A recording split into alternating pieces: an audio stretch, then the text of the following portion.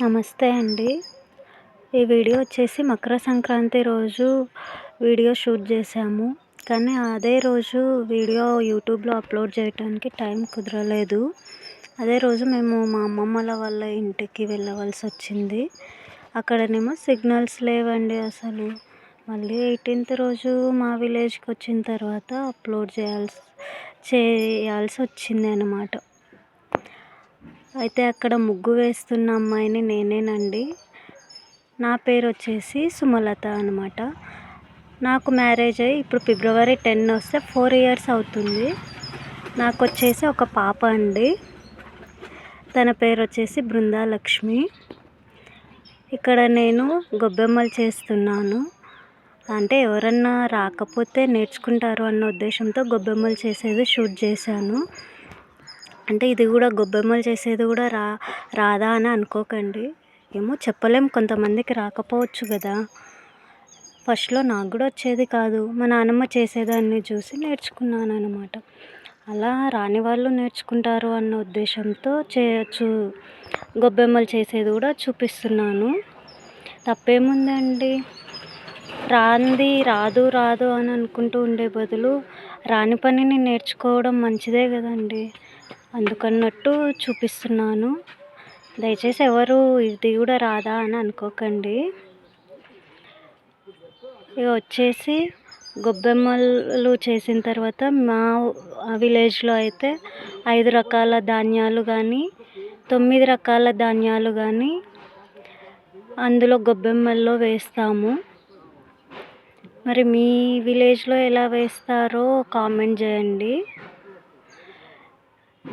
నేను వచ్చేసి బియ్యము, సద్దలు, జొన్నలు, నువ్వులు, రేగుపళ్ళు 5 కలిపి వేసానండి.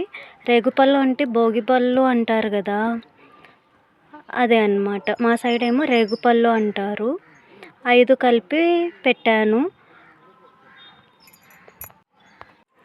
ఆ రోజు అసలు పండగ చేసామండి అసలు.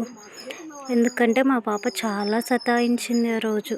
నిజంగా చిన్నపిల్లలు ఉన్న వాళ్ళకి ఏ పండగ చేయాలన్నా చాలా కష్టమే అండి. ఎక్కడికన్నా వెళ్ళాలి అన్నా కష్టమే. ఎవరింటికన్నా వెళ్ళాలి అన్నా బస్ జర్నీలో అయినా పిల్లలు ఒక్కోసారి ఒక్కోలాగా ఉంటారు కదా. నిజంగా చాలా కష్టం అండి. ఆ రోజు నిజంగా మా పాప చాలా సతాయించింది. అందుకే ముగ్గు కూడా వేయాలి అంటే వేశాను, పండగ చేయాలి అంటే చేశాను. అసలు ఆ రోజు అసలు పని తీరిక అవ్వట్లేదు. వీడియో కూడా కనీసం ఎప్పటి నుంచో అనుకుంటున్నాను నేను యూట్యూబ్ ఛానల్ ఓపెన్ చెయ్యాలి అని, కానీ వీలు అవ్వట్లేదు. మా పాపతో వీలు అవ్వక ఇప్పుడు అన్న కనీసం పండగ రోజు అన్న స్టార్ట్ చేద్దాము అన్నట్టు చేస్తున్నాను. మీరు సపోర్ట్ చేస్తారు, నా వీడియోస్ చూసి నాకు సపోర్ట్ చేస్తారు అని అనుకుంటున్నాను. దయచేసి సపోర్ట్ చేయండి. ఇప్పటికీ కూడా నాకు నిజం చెప్పాలి అంటే నా వాయిస్ ఓవర్ ఇవ్వటానికి కూడా భయం వేస్తుంది. మీరు గమనిస్తూ ఉంటారు, నా వాయిస్లో కూడా వణుకు కనిపిస్తుంది. దయచేసి ఏమనుకోకండి. దీనికి కూడా ఇంత భయమా మాట్లాడటానికి అని. ఎందుకంటే ఫస్ట్ సారి కదా, ఎవరు ఏమనుకుంటారో అన్నట్టు కొంచెం భయంతోనే వాయిస్ ఓవర్ ఇస్తున్నాను. గమనిస్తూ ఉంటారు నా వాయిస్లో వణుకు. ఓకే, ఇక్కడ వచ్చేసి ఇందాక చెప్పాను కదా అండి, 5 రకాల ధాన్యాలు కలపాలి అని. అన్నీ కలిపి పెడుతున్నాను. అలాగే పసుపు కుంకుమ పెట్టి గొబ్బెమ్మలకి ముగ్గు మధ్యలో ఒకటి నేను 3 చేశాను కదండి గొబ్బెమ్మలు. అందులో వచ్చేసి 2 కడప దగ్గర, ఒకటి వచ్చేసి ముగ్గు మధ్యలో పెడతాను. కానీ కడప దగ్గర వీడియో మిస్ అయిందండి. ముగ్గు దగ్గర పెట్టే వీడియో మాత్రం ఓకే వచ్చింది, కడప దగ్గర మాత్రం మిస్ అయింది. అట్లా చుట్టుముట్టు ముగ్గు మధ్యలో గొబ్బెమ్మలు పెట్టి తర్వాత గొబ్బెమ్మ పైన బంతిపూలు పెడతామన్నమాట.